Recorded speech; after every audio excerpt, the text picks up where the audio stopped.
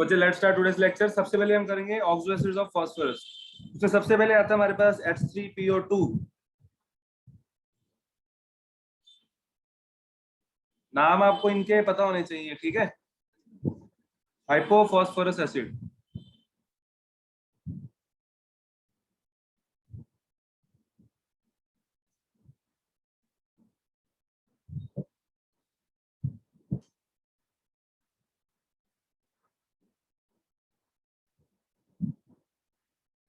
नाम पता होना चाहिए, स्ट्रक्चर पता होना चाहिए, और इनके स्ट्रक्चर बनाने बहुत आसान है बच्चे। सबसे पहले एक OH लगाना है। Oxo means double bond, acid means O के साथ H होगा।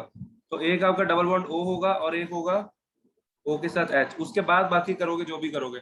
उसके बाद क्या करोगे, देखो आपके पास हाइड्रोजन बच रहे हैं तो आप फॉस्फोरस के साथ डायरेक्टली जोड़ दोगे। और आपको पता है कि फॉस्फोरस और हाइड्रोजन का बॉन्ड कोवेलेंट होता है, इलेक्ट्रॉनेगेटिविटी में ज्यादा डिफरेंस नहीं है। तो सिर्फ यही वाला जो H है आयनाइजेबल होगा, है ना। It means it's monobasic.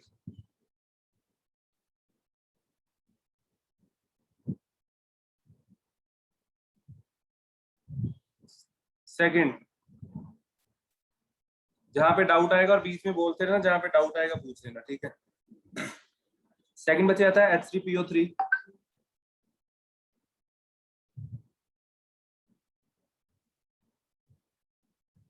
इसको फॉस्फोनिक एसिड भी बोलते हैं या ऑर्थोफॉस्फोरस एसिड, ठीक है।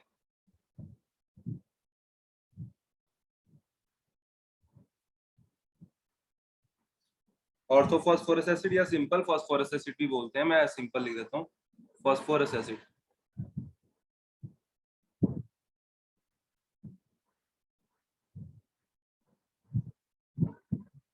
अच्छा, ऊपर वाले में oxygen state, what is oxygen state of phosphorus?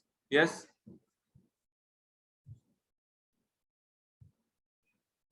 देखो ऑक्सीजन स्टेट स्ट्रक्चर से ज्यादा इजीली निकलती है।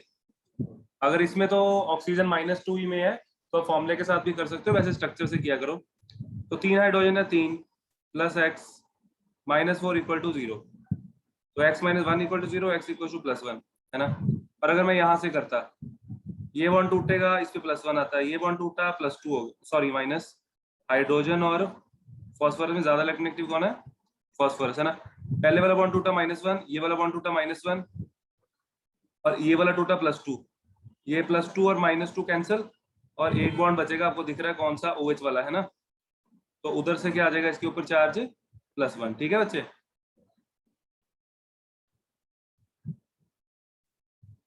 उसके बाद हमारा फॉस्फोरस एसिड है नीचे, ऑक्सीजन स्टेट इसमें +3 रहेगी।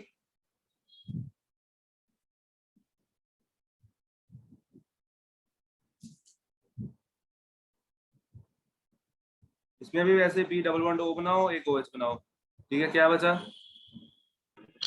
सर फॉर्मूले के अकॉर्डिंग 3 चार्ज नहीं आ रहा सर। क्या हुआ? सर फॉर्मूले के अकॉर्डिंग 3 आ रहा है सर चार्ज। अच्छा, निकाल लिया इस पे। Yes sir. हाँ, 3 आएगा, -6 और +3 -3, x - 3 = 0, x = 3, ठीक है। इसमें देखो P, सर ये x = +1 क्या है सर? ये तो बच्चे इसका है।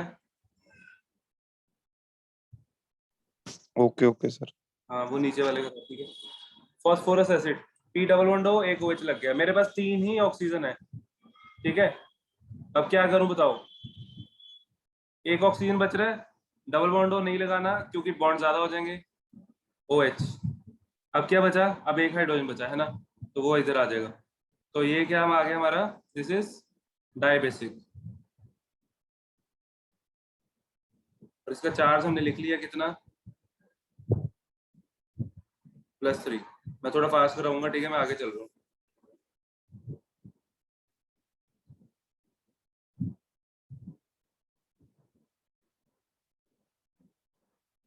आगे आता है बच्चे पायरोफॉस्फोरिक एसिड।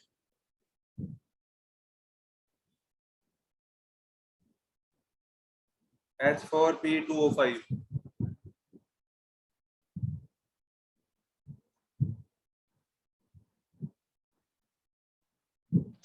सर H3PO3 कौन सा था? H3PO3 सिंपल फॉस्फोरस एसिड बोलते हैं बच्चे।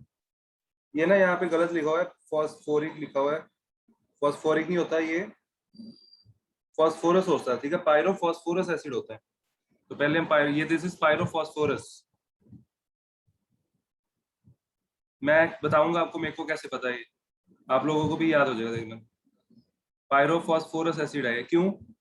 अभी हमने फॉस्फोरस एसिड किया,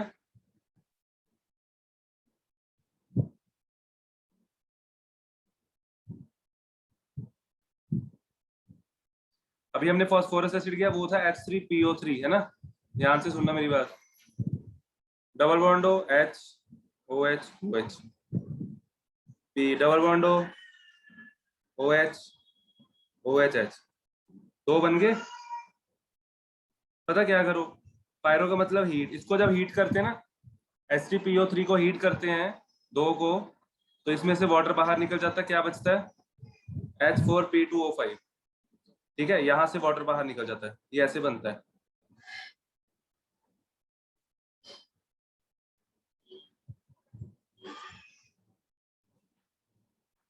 समझ आ गया होगा सबको।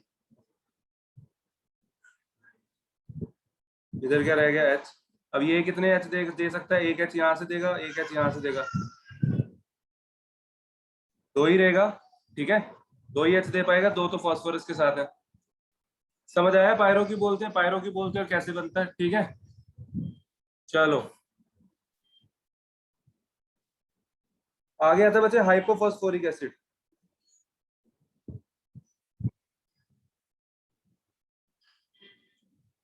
अगले पेज पे करते हैं।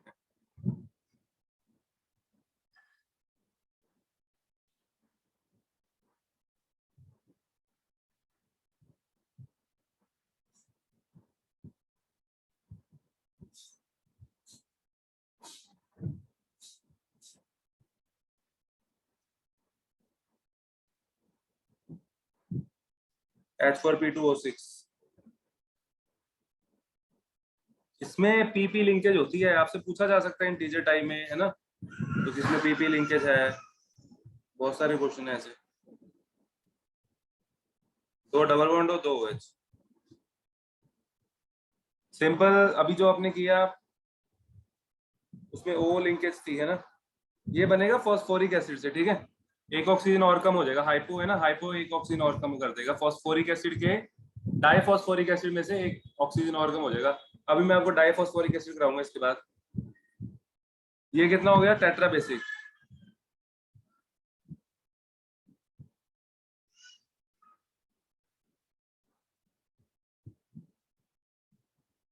This is tetra basic. आगे देखो बच्चे, phosphoric acid that is H3PO4, है ना, ये सबसे सिंपल स्ट्रक्चर है, P डबल बॉन्ड हो, तीन OH होते हैं और तीनों डोनेट कर सकते हैं, ऑक्सीजन स्टेट है +5, राइट, और ट्राई बेसिक हुआ है। और इसके अगर 2 मोल लेके मैं हीट करूंगा 2H3PO4, तो हीट करके हाइड्रोजन 6 या 2 कम कर दो, 4 रहेंगे, फॉस्फोरस 2 ही रहेंगे, ऑक्सीजन कितने 8 हो गए, 1 कम कर दो क्योंकि वाटर बनाना है। P डबल बॉन्ड हो OH OH OH, P double bond हो OH OH OH, ठीक है जी, यहाँ से क्लियरली देख सकते हो वाटर बाहर निकल जाएगा, है ना, OH इधर से, H इधर से, PO लिंकेज आ जाएगी बीच में।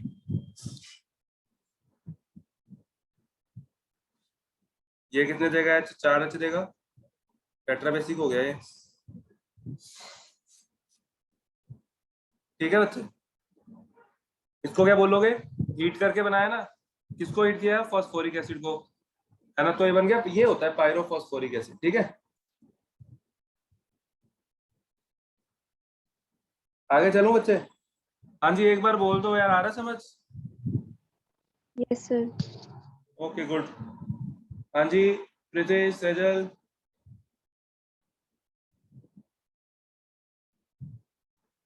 हाँ जी सर। अच्छा बच्चे मेरा ना एक मन कर रहा है तुम लोगों को उसका एक और टेस्ट भेजने का, कार्बोक्सिलिक का, करोगे? वैसे 3 बच्चों ने ही दिया टेस्ट, सेजल, खुशी एंड देवकरण। हाँ जी खुशी एंड सेजल भेज दें टेस्ट एक और, मैं क्लास 12 भेज डाउट्स है सर थोड़े, हैं। डाउट्स है जो हमने असाइनमेंट नहीं करी थी उसमें। अच्छा असाइनमेंट में डाउट्स हैं, हाँ जी। अच्छा ठीक है, फिर मैं ये सोच रहा था कि ये इनऑर्गेनिक आप कर लो, मैंने बायोमोलिक्यूल शुरू करना था कल। इनऑर्गेनिक आप लोगों के हाथ में हवाले है ना, तो कोई बात नहीं, एक दिन हम डाउट सेशन लगा लेंगे, ठीक है? वो रिमाइंड हाँ करवा जी देना, सर। पूछ लेंगे। हाँ ठीक है बच्चे, चलो आगे चलते हैं।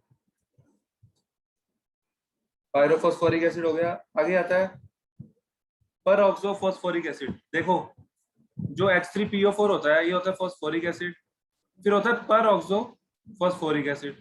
तो ठीक है, एक ऑक्सीजन एक्स्ट्रा है, इसका मतलब पर ऑक्साइड लिंकेज होगी, एक है ना, P double bond O, OH OH OOH।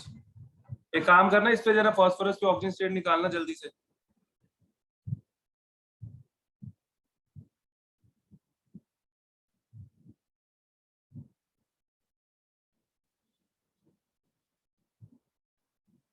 कितनी आई? 7। ये देखो 7 आ गई ना, ये बिल्कुल गलत है क्योंकि फास्फोरस के बाद इलेक्ट्रॉन 5 होते हैं। अब मेरी बात समझो बहुत ध्यान से। ऑक्सीडेशन नंबर का सबसे सिंपल मेथड होता है स्ट्रक्चर से। देखो इधर मैं ये बना देता हूँ, ये वाला ऑक्सीजन मान लो नहीं है, बीच वाला, तो बीच वाला ऑक्सीजन है नहीं है उसका फास्फोरस को कोई मतलब नहीं है। क्यों? क्योंकि फास्फोरस के साथ वो डायरेक्टली बॉन्ड नहीं बना रहा, ठीक है? तो इसका मतलब फास्फोरस का चार्ज रहेगा सेम। कैसे? देखो ये बॉन्ड टूटा +1, ये बॉन्ड टूटा +1, ये बॉन्ड टूटा +1, ये बॉन्ड टूटा +2, तो टोटल हो गया +5। इधर भी ऐसे ही है +5, ठीक है? तो 4 +5 ही रहेगा। फिर फॉर्मूले से गलत क्यों आया? क्योंकि दो ऑक्सीजन ऐसे हैं बच्चे, ये वाले जिन पे -1 चार्ज था, जिनको हमने, लेकिन हमने जब फॉर्मूला लगाया तो हमने उनको कंसीडर कर लिया सबको -2, है ना, ऐसे किया, तो इसलिए हमारा आंसर गलत आता है। तो इसमें होता क्या एक्चुअल में, H3PO3 O2 ऐसे, इन पे चार्ज -2 होता है, इन पे -1 होता है, ऐसे होगा। आगे समझ? चलो आगे चलते हैं।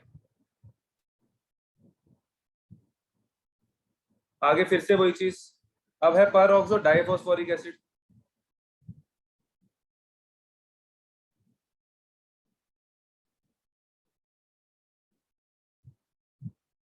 आप लोगों को पढ़ने की जरूरत है, 10 दिन है, जी जान मार लो, ठीक है? फिर मत कहना थोड़ा सा रह गया था।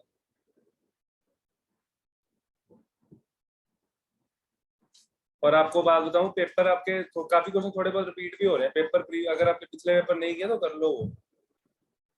वो इस बार भी आयनाइजेशन थेरेपी वाला क्वेश्चन 2 सेट में था, एक बार शायद 25 को आया, फिर बाद में फिर आया था ये वाला मैग्नीशियम एल्यूमिनियम फास्फोरस सिलिकॉन वाला, ये वाला क्वेश्चन रिपीट हुआ था। ये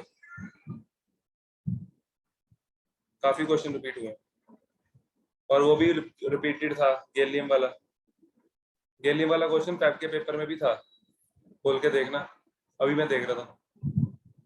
चलो आगे चलते हैं। आगे आ गया हमारा पर ऑक्सो डाइफॉस्फोरिक एसिड। डाइफॉस्फोरिक में आपको समझ आई गई होगी कि फॉस्फोरिक एसिड डबल है, लेकिन पर ऑक्सो मतलब कि उसके साथ में ऑक्सीजन की लिंकेज भी है। तो क्या आ जाएगा, P double bond O OH OH, यहाँ पे सिंगल होता था, यहाँ पे 2 होंगे, ठीक है बच्चे? बस ये फर्क होगा। ये भी डाइवेसी की है, सॉरी टेट्रावेसी की है, ठीक है? चलो इसके बाद 2 स्पेशल स्ट्रक्चर्स हैं, वो भी देख लो। मेटाफॉस्फोरिक एसिड,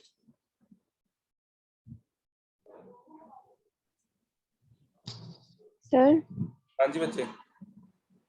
सर वो जो पीछे जो स्ट्रक्चर था उसमें ऑक्सीजन जो लिंक्ड थे उसमें भी -1 हाँ बच्चे, जिससे ऑक्सीजन पता थी। क्या होता है, मेरी बात समझो। आपने ना ऐसे ऑक्सीजन नंबर निकालना नहीं हुआ, मेरे को लग रहा है ना।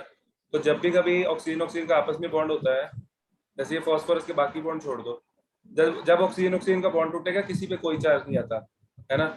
लेकिन जब ये वाला बॉन्ड टूटेगा तब ऑक्सीजन पे -1 आएगा, इधर से -1 आएगा। इसीलिए तो जैसे हम O2 लेते हैं, O2 पे हम चार्ज 0 लेते हैं ना, इसीलिए लेते हैं क्योंकि दोनों की इलेक्ट्रोनेगेटिविटी सेम है, दोनों पे चार्ज 0 आता है। इसीलिए हम H2O2 का भी यही सेम सिस्टम है। देखो जब ये वाला बॉन्ड टूटेगा कोई चार्ज नहीं आएगा, ये टूटेगा -1 आएगा, ये टूटेगा -1 आएगा। आया समझ? Yes sir. Very good. HPO3 metaphosphoric acid,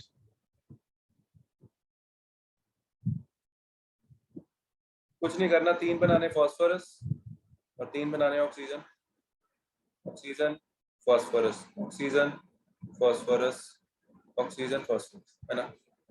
phosphorus के क्लियरली 2 बॉन्ड बन चुके हैं, एक डबल बॉन्ड O बनेगा, एक OH बनेगा, एक डबल बॉन्ड O बनेगा, एक OH बनेगा। इसमें आपको वो कोवैलेंट बॉन्ड पूछ सकता है, कितने कोवैलेंट बॉन्ड है, कितने कितने सिग्मा बॉन्ड है, कितने पाई बॉन्ड है ना। तो डबल बॉन्ड वाले सारे पाई हो जाएंगे, 1 2 3 4 नहीं 3 पाई बॉन्ड हो जाएंगे, बाकी काउंट कर लेना, सिग्मा आ जाएंगे। ठीक है बच्चे, ये था साइक्लो ट्राई मेटाफॉस्फोरिक एसिड।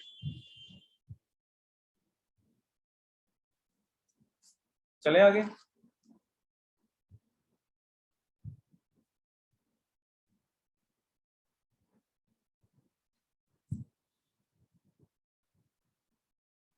और इसके ना बच्चे ऑक्सो एसिड का मैंने आपको एक तरीका बता दिया, आपकी एक मैंने लय बना दी है कि कैसे करने हैं क्वेश्चन।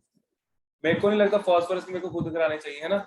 उसमें भी ऐसे ही बनते हैं, उसमें भी 2 पेरोक्साइड वाले स्ट्रक्चर होते हैं, मैं वो 2 बना देता हूँ। देखो H2SO3 H2SO4 ये आप सबको आते होंगे, है ना। हम बनाते हैं H2S2O8 peroxo disulphuric acid, इसका structure S double bond O, S double bond O, double bond O, oxygen ही बहुत है हमारे पास, क्या करें, double bond O, OH OH, बीच में ऑक्सीजन ऑक्सीजन लिंकेज।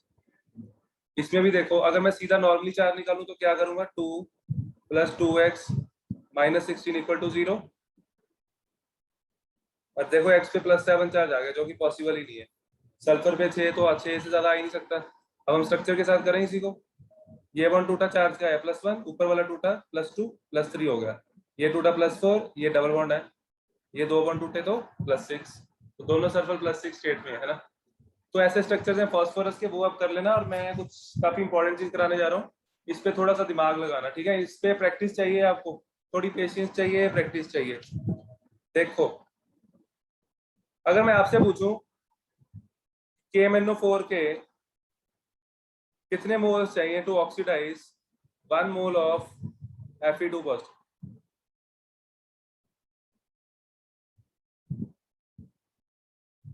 नीट 2020, और ये क्वेश्चन जेईई मेंस में बहुत बार आया हुआ इसी कंसेप्ट पे। क्या कितना आएगा आंसर, मैं आपको इसके ट्रिक भी समझाऊंगा, पहले आपको एक मेथड समझना पड़ेगा उसके लिए। जल्दी बोलो, तुक्का।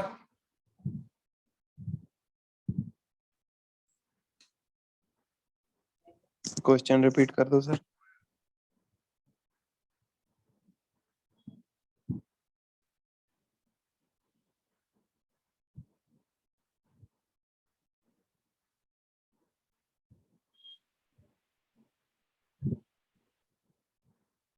हाँ जी, क्वेश्चन बच्चे ये है कि कितने मोल चाहिए KMnO4 के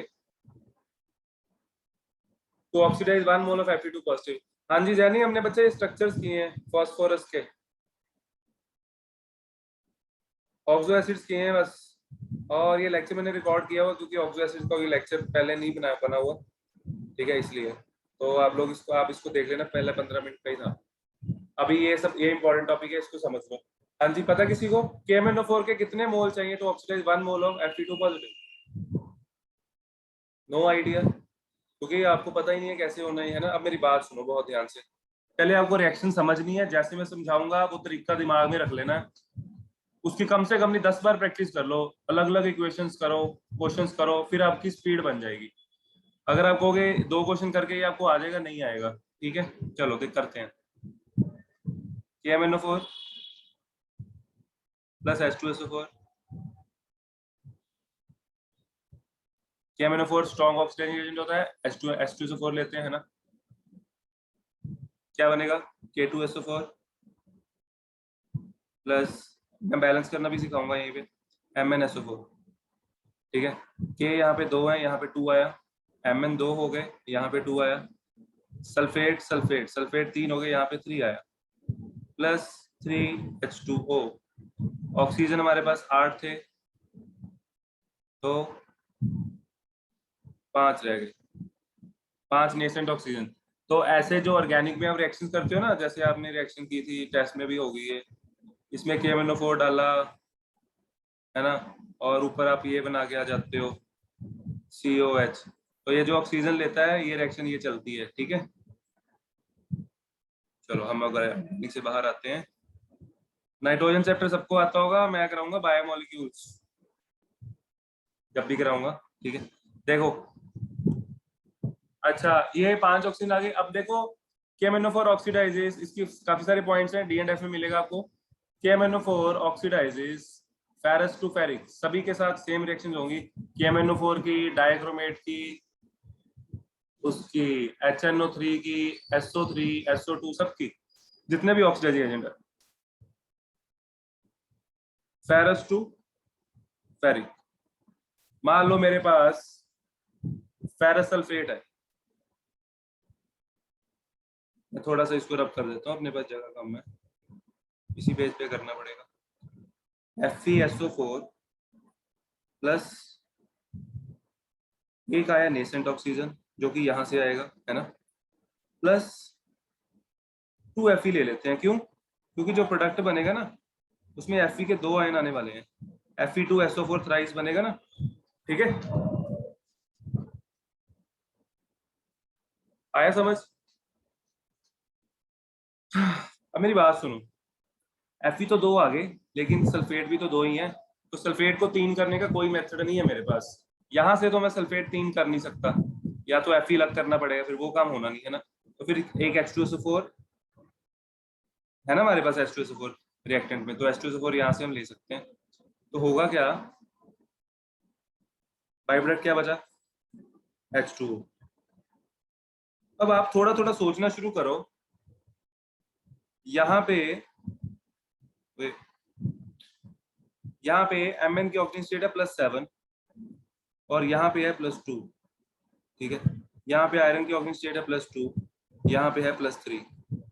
अब मेरे को सिर्फ इतना बता दो कि इलेक्ट्रॉन गए कहाँ। Fe ने यहाँ पे इलेक्ट्रॉन दिया ना, +2 से +3 गया, वो इलेक्ट्रॉन कहाँ गया?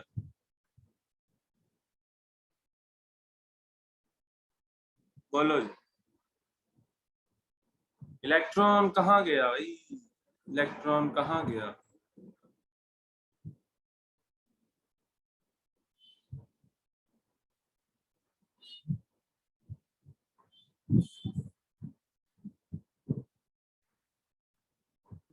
नेसेंट हाइड्रोजन के पास सर, नहीं नहीं, ऑक्सीजन, नेसेंट नेसेंट ऑक्सीजन, हाँ नेसेंट ऑक्सीजन के पास, क्योंकि ऑक्सीजन की यहाँ ऑक्सीजन स्टेट थी 0, यहाँ पे है -2, ठीक है, गुड। अब मेरी बात सुनो, अब आप क्या करोगे, इसको 5 से मल्टीप्लाई करोगे और ऐड करोगे, तो ऐड करने पे हमारा 5 से इसलिए गया क्योंकि यहाँ पे 5 है, तो क्या बन जाएगा 2 KMnO4 प्लस H2SO4 ऐड कर दो, 3 ऊपर है 5 नीचे, 8 हो गए। चलो H2SO4 मैं थर्ड नंबर पे लिखूंगा, पहले जिसको ऑक्सीडाइज करते हैं उसको लिखते हैं ना, 10 FeSO4 और H2SO4 कितने, 3 ऊपर 5 नीचे, 8 हो गए, 8 H2SO4। कहीं गलती होगी तो बता देना। Give rise to K2SO4 plus 2 MnSO4, nascent oxygen cancel, water add हो जाएगा, 5 3 ये 5 ये 8 हो जाएंगे। इससे पहले मैं Fe को लिखूंगा, Fe2SO4 थ्राइस प्लस 8H2O। ये समझ आया सबको? हाँ जी, जब तक आपको रिएक्शन नहीं आती है आप क्वेश्चन नहीं कर पाओगे। अब देखो यहाँ से साफ साफ क्लियर है, इसके 2 मोल इसके 10 मोल को ऑक्सीडाइज करते हैं। मैंने पूछा था FeSO4 का 1 मोल के लिए कितने KMnO4 के मोल चाहिए, है ना, तो 10 के लिए कितने चाहिए, 2, 1 के लिए कितने चाहिए, 2/10, तो 1/5 आंसर आना था। समझ आया? इसमें अगर स्टीशियोमेट्री का क्वेश्चन आता है वो भी आप कर लोगे, सिंपल, अगर आपको ये पता होगा कि कितने मोल कितने के साथ रिएक्ट कर रहे हैं ना। समझ आया बच्चे? Yes sir. नोट कर लिया सबने? Yes sir. अच्छा, इसमें ना अब आपको आयनिक इक्वेशन भी सीखनी पड़ेगी, ठीक है। देखो, आयनिक इक्वेशन बनाने का सबसे सिंपल मेथड होता है इसमें और इसमें से जो भी कॉमन आयन आ रहा है ना उसको नहीं लिखना, बाकी लिखने हैं। तो इसमें आपको Mn2 पॉजिटिव दिखेगा, मैं थोड़ा सा फास्ट कराऊंगा, टाइम कम है। Mn+2 और यहाँ से आप H पॉजिटिव ले लोगे, है ना। अगर मान लो आप नहीं भी लिखते, मैं बाद में बैलेंस कर दूंगा, आपको सिखा देता हूँ, है ना। फुल फ्लैश मेथड बता देता हूँ ताकि आप भूल लो तो पता हो। यहाँ पे मैंने Mn+2 लिख दिया, कोई बच्चा बोल रहा है कि सर +2 कैसे आया, +7 और Fe है +2, है ना। क्या बन रहा है, Mn जा रहा है +2 और Fe जा रहा है +3। Fe कितने हैं, 10।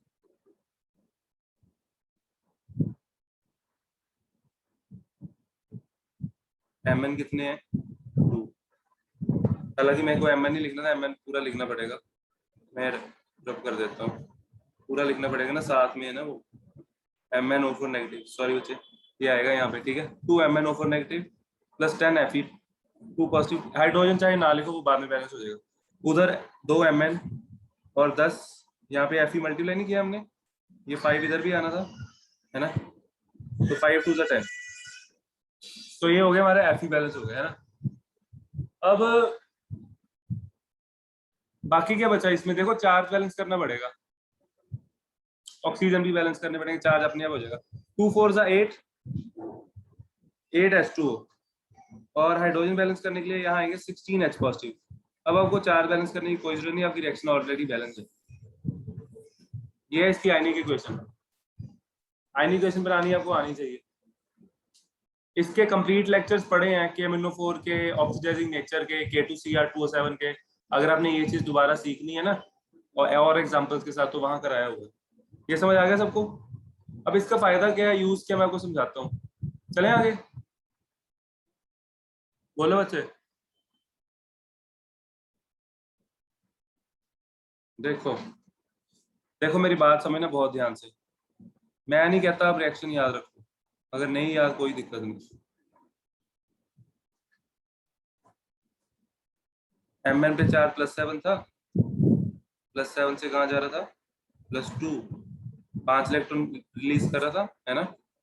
और Fe +2 से +3 जा रहा था, कितने इलेक्ट्रॉन हुए, इधर रिडक्शन हो रही थी ना, Fe ऑक्सीडाइज हो रहा है, इलेक्ट्रॉन आ रहा था इधर, है ना। यहाँ से देखो साफ साफ क्लियर हो रहा है, इसका 1 मोल इसके 5 मोल ऑक्सीडाइज कर रहा है, हो रहा है। इसको 5 से मल्टीप्लाई करोगे ना बैलेंस करने के लिए, आपको सिर्फ अगर वो आयन पता है ना जिसकी ऑर्गेनिक स्टेट चेंज हो रही है, आपका क्वेश्चन हो गया समझो। तो आपको बेसिकली ये चीज पता होनी चाहिए। क्लियर होगी बच्चे बात। इसकी बहुत सारी एग्जांपल्स हैं, ऑक्सलेट आयन के साथ, डाइक्रोमेट के साथ, काफी हैं क्वेश्चंस। चलें आगे। डाइक्रोमेट का भी बता देता हूँ। ये समझ आया आपको? हाँ जी बच्चे बोलो। हाँ जी, खुशी Sejal, जैनी, yes sir. Dev Sharma, yes sir.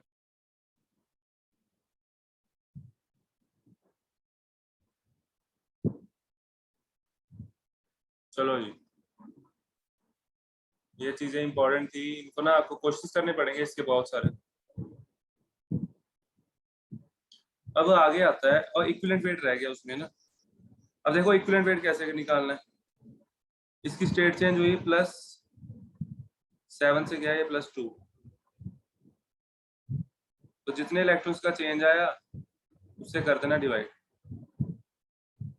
इसका शायद 158 होता है ना KMnO4 का, तो जो भी मोलर मास होगा डिवाइड बाय, और ये एसडी मीडियम में होता है, न्यूट्रल मीडियम में M/3 होता है, बेसिक में भी M/3 होता है, वो सारा चेक कर लेना, ठीक है। चलो आगे चलता हूँ, मैं डाइक्रोमेट भी बता देता हूँ। डाइक्रोमेट भी ऐसी सिंपल सा है, मैं इक्वेशन बना देता हूँ फटाफट। K2Cr2O7 + H2SO4, इसमें भी क्या बनेगा, K2SO4 बनेगा प्लस Cr2SO4 थ्राइस बनेगा, बिल्कुल +3 में जाएगा ये। सल्फेट हो गए मेरे पास 4, यहाँ मैंने लगाया 4, फिर बन गया 4H2O, और ऑक्सीजन थे मेरे पास 7, 4 है यहाँ पे, 3 ऑक्सीजन बचे। तो आपको क्लियरली दिख रहा होगा KMnO4 is a stronger oxidising agent than dichromate, क्योंकि इसमें 1 मोल ने 3 मोल दिए, 3 ऑक्सीजन दिए, उधर 5 मिले थे ना। अब मैं Fe की एग्जांपल ले लेता हूँ, आपको जल्दी समझ आएगी। FeSO4 प्लस O, यहाँ पे 1 ऑक्सीजन लेना, 2 करने Fe प्लस सल्फ्यूरिक एसिड लेना पड़ेगा, क्या बन जाएगा Fe2SO4 thrice again plus H2O। ठीक है बच्चे, अब साफ साफ दिख रहा है, इसको कितने से मल्टीप्लाई करोगे आप, 3 से, है ना। बस 3 से मल्टीप्लाई करके ऐड कर दोगे, इसकी इक्वेशन बन जाएगी, वो वाली इक्वेशन आ जाएगी इसकी, है ना। मैं इसकी आयनिक इक्वेशन भी बता देता हूँ। तो इसमें अगर क्वेश्चन आए एक FeSO4 के फेरस टू फेरिक में करने के लिए K2Cr2O7 के कितने मोल चाहिए 1 मोल को ऑक्सीडाइज करने के लिए, हाँ जी। How many moles of dichromate, potassium dichromate are required to oxidize 1 mole of ferrous sulfate?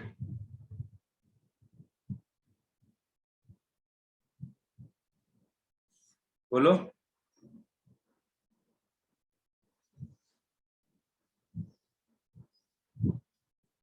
क्या कर रहे हो? K2Cr2O7, Fe कितने हो गए, 3 2 6,